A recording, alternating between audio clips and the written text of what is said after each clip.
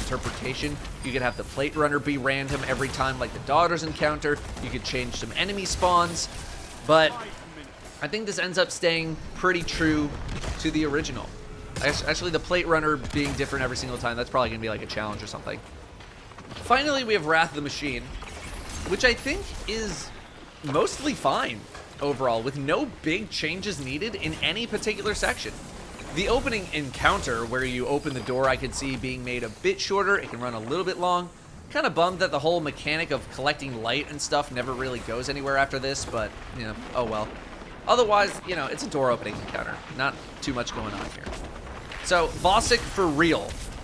Personally, I thought a lot of the difficulty from this fight was combat-oriented. It wasn't hard to do the mechanics in this fight. You pick up a ball, you throw it at his face, and you shoot a monitor every minute or so.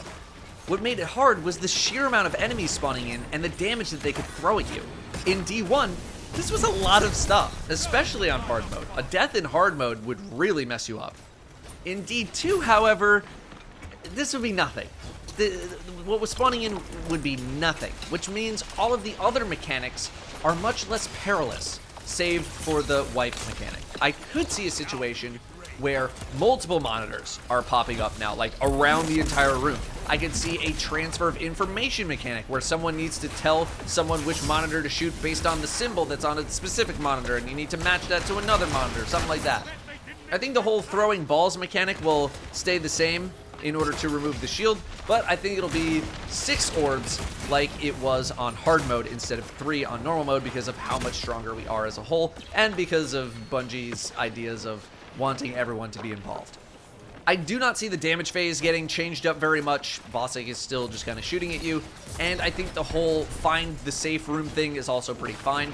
They might conceal the information a little bit more than D1, but I also think the amount of time that they gave you in D1 was pretty well balanced. There's enough stuff going on in this fight that it always feels like there's something to do, but the main struggle here will be figuring out if this is going to turn into a mechanic-based fight, or if they're going to try to keep it more combat-oriented. If it's going to stay combat-oriented, they're going to need to beef up enemies a bit, either in health or in numbers, probably in health because we can just annihilate everything, in order to keep that same level of intensity and stress like it was in D1. The Death Zamboni, as it is not officially called, is too iconic of an encounter to see any dramatic changes, if any at all. Also, I don't know what else you really do to this encounter to begin with. Where do you really need to change anything? It's pretty short already, not that it really needs to be increased in duration. If they tune this encounter to be as scary as it could be in D1, then I don't think we need any changes at all. It was scary in D1 because of all the random burst damage from the spider tanks and the dropships coming in and all the captains and stuff like that. I know people aren't really fans of being killed instantaneously, but it did keep things pretty tense. Same for all the enemies that were spawning in, both minor and major. Whatever Bungie needs to do to keep this as frantic as it was in D1, do that, and I don't think much else needs to be said here.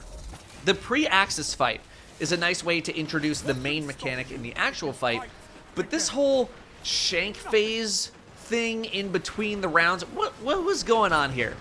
Bungie, who made this? What was the thought process with the whole minute-long shank thing?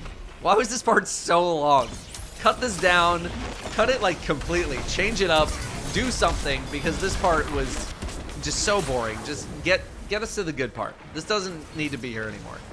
Besides that, I don't really have any gripes with the pre-Axis encounter, and that will also transfer into Axis itself, which I believe is one of the best encounters in Destiny 1. It's probably the best encounter because of Golgoroth's main flaw. Golgoroth is my favorite, but I think Axis is truly the best.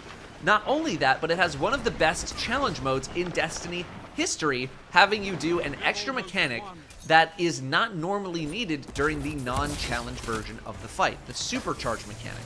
Everyone needs to know everything that is going on in this fight. The only part that I didn't like was the whole Axis teleporting around the arena at the start of each phase situation. I think we could shorten that up a lot because it doesn't add anything to the encounter in my opinion. Otherwise, it is a fast-paced, high-action, very mechanic-focused encounter with a little bit of combat, which people seem to prefer. Everyone has a job. Then you move to the damage phase, which is also very